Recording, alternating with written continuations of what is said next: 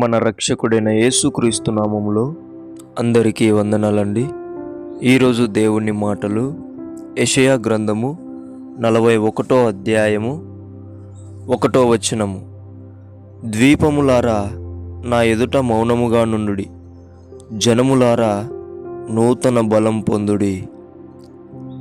ప్రియమైన దేవుని బిడ్డలారా, మనమందరము కూడా ద్వీపములుగా మౌనముగా ఉండడం నేర్చుకుంటే గనక దేవాది దేవునిలో నూతన బలం పొందుకుంటాం.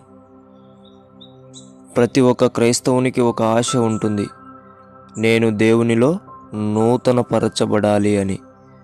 దేవుడు కూడా అదే ఆశిస్తున్నాడు, జనములారా నూతన బలం పొందుడి అని.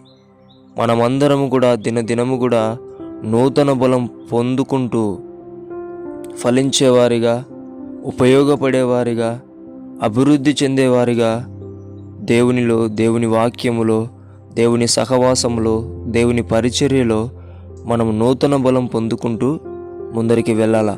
అప్పుడు దేవుడు నిన్ను బట్టి కూడా చాలా సంతోషిస్తాడు. నిన్ను బట్టి నీ సంఘాన్ని, నీ కుటుంబాన్ని, నీ హృదయాన్ని కూడా దేవుడు ఆశీర్వదించేవాడిగా ఉంటున్నాడు. ప్రియమైన దేవుని బిడ్డలారా, మనమందరం ఎదిగే క్రమంలో మౌనంగా ఉండడం నేర్చుకుందాం. ఇంకా నూతన బలం పొందుకొని దేవుణ్ణి మహిమపరుస్తూ ఆనందింపజేద్దాం. దేవుడి మాటలను దీవించును గాక. ప్రార్థించుకుందాం. యేసయ్యా, మీకు వందనాలు, స్తోత్రాలు నాయనా. మాకందరికీ నాన్న తండ్రి ఎదిగే క్రమంలో మౌనముగా ఉండడం నేర్పించండి.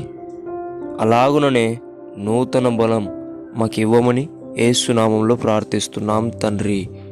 ఆమెన్.